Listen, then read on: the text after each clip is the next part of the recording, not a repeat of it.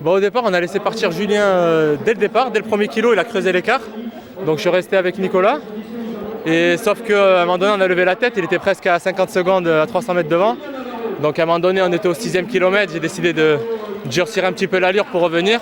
Et je passe à peine après Saucé, devant Julien au 12e kilomètre. Il en restait plus que 2. Et donc j'ai encore dû jeter le train jusqu'à l'arrivée. Bon, tu n'étais pas inquiet, on t'a senti quand même en maîtrise, quoi. Hein. Ouais, dans la préparation, je me sentais plutôt bien. Donc j'avais confiance en moi et j'étais venu pour chercher la gagne.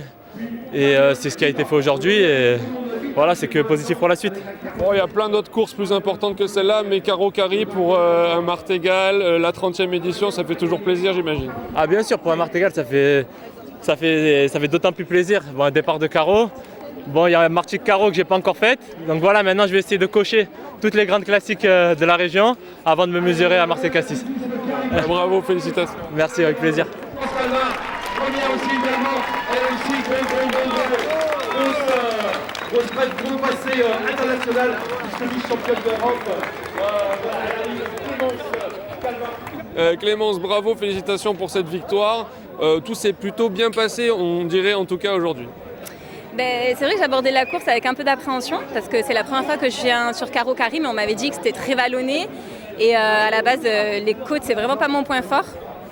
Donc je suis partie sur le plat avec les gars normal et puis après je me suis dit que j'allais quand même gérer mon effort sur les côtes parce que 14 km c'est à la fois court et c'est à la fois long. Et finalement petit à petit j'ai réussi à trouver mon rythme et à prendre mes aides et mon envol, on va dire.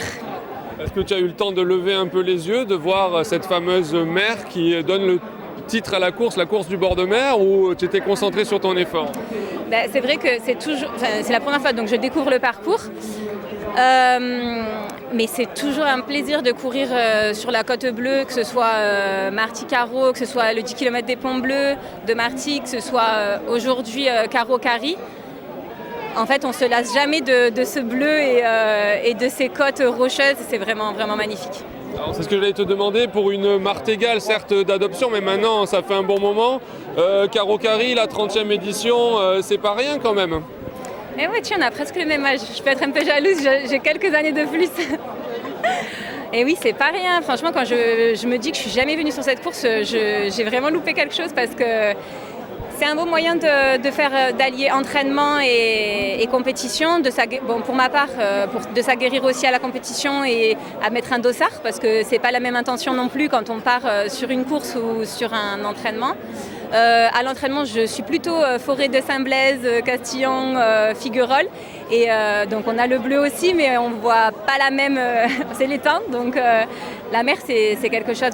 Moi, je suis d'adoption. Après, j'ai fait tous mes étés à Menton, sur la Côte d'Azur, puisque mon grand-père était mentonné. Donc on y allait, j'y suis allée toutes mes vacances.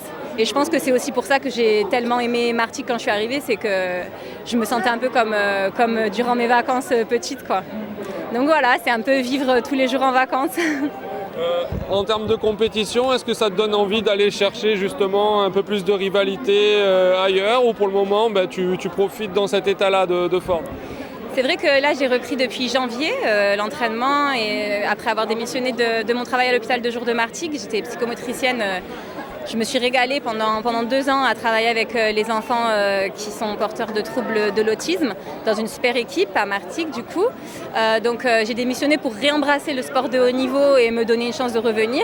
Au niveau de l'entraînement, franchement, je pense que j'ai réatteint mon meilleur niveau. Après, ça ne s'est pas encore traduit sur la compétition parce que je manque d'engagement pleinement, même si je suis à mon meilleur niveau du jour. En fait, je suis prise par le stress, la peur de ne pas réussir ou j'en sais rien, il faut que je travaille.